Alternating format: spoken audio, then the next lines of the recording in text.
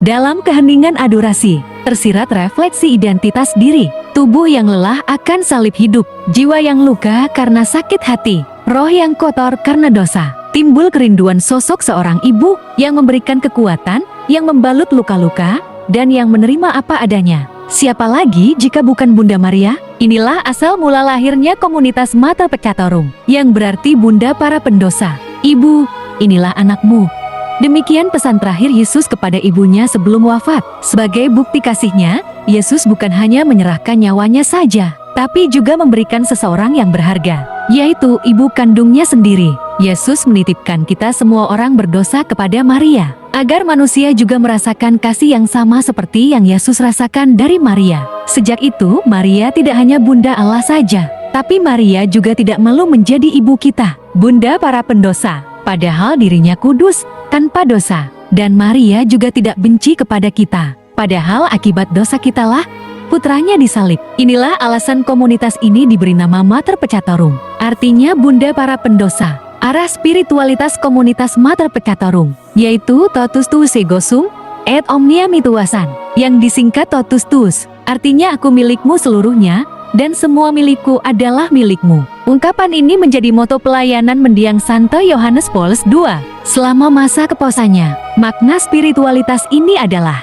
penyerahan diri secara total kepada Tuhan melalui pemeliharaan Bunda Maria. Apa saja yang kita serahkan kepada Tuhan melalui pemeliharaan Bunda Maria? Pertama, hidup kita. Jika Yesus yang adalah Tuhan mempercayakan dirinya untuk dikandung, dilahirkan dan dibesarkan oleh Maria, maka kita pun juga mempercayakan seluruh hidup kita kepada Bunda Maria, baik itu masalah ekonomi, sakit penyakit, luka batin, masa depan, dan lain-lain. Maria sebagai ibu pasti lebih tahu apa yang terbaik demi kebaikan kita anaknya. Percayalah, Yesus tidak pernah salah memilih perempuan untuk menjadi ibunya dan ibu kita. Kedua, karakter atau sifat kita. Hawa dengan ketidaktaatannya membuat manusia berdosa, sedangkan Maria dengan ketaatannya berkata, "Jadilah padaku menurut perkataanmu itu," membuka jalan keselamatan. Dengan bersedia mengandung Yesus Kristus, hingga akhirnya wafat di salib, Maria sebagai ibu akan mengubah karakter kita. Dari sifat Hawa yang tidak mau taat menjadi serupa dengan dirinya, yaitu rendah hati dengan selalu taat kepada kehendak Bapa. Ketiga, keselamatan.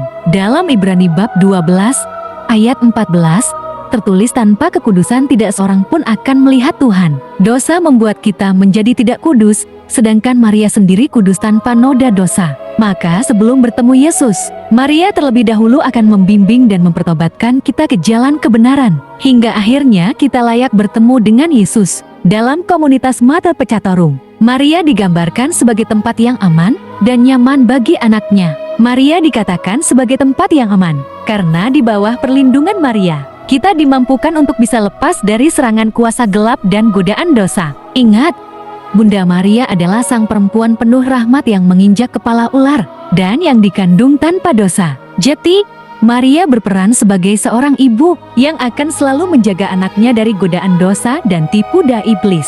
Maria juga menjadi tempat yang nyaman bagi anaknya. Pertama, sebagai tempat mencurahkan isi hati. Maria itu seorang ibu yang peka melihat tiap tetes air mata dan juga mendengar jeritan hati anaknya. Jika dunia bahkan keluargamu mungkin tidak peduli, kamu masih punya seorang ibu Maria yang selalu ada kapanpun anaknya membutuhkannya. Percayalah, Maria tidak akan membiarkan kamu sendirian. Maria akan mencari solusi yang paling tepat untuk masalah kita sesuai rencana Tuhan. Alasan kedua, Maria menjadi tempat yang nyaman karena kita diterima apa adanya. Tidak mudah bagi seorang pendosa untuk berdamai dengan dirinya sendiri, belum lagi menghadapi hujatan dari lingkungan sekitar akan kesalahan di masa lalu. Contoh Yudas Iskariot yang tidak sanggup menanggung penyesalan yang berat setelah mengkhianati Yesus dan akhirnya bunuh diri. Bunda Maria berkata kepadamu, "Jangan takut datang kepadaku. Hai anakku, aku menerimamu apa adanya. Aku tidak menghitung berapa banyak engkau menyakiti Yesus putraku.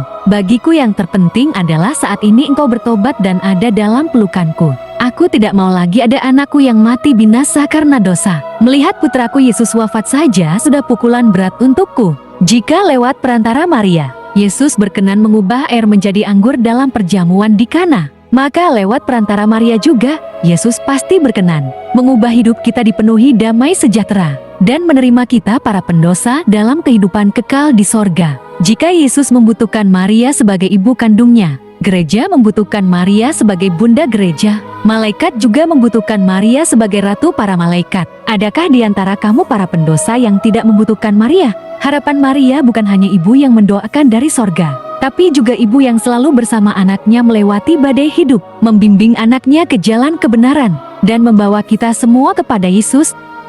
Apakah kamu mau menerima Maria sebagai ibumu? Mari bergabung dalam komunitas Mater Pecatorum, tempat di mana anak-anak Maria berkumpul untuk saling menguatkan, dan bersama-sama dibimbing Maria, menuju kehidupan kekal bersama Yesus dan Maria di sorga. Terima kasih sudah menonton video ini.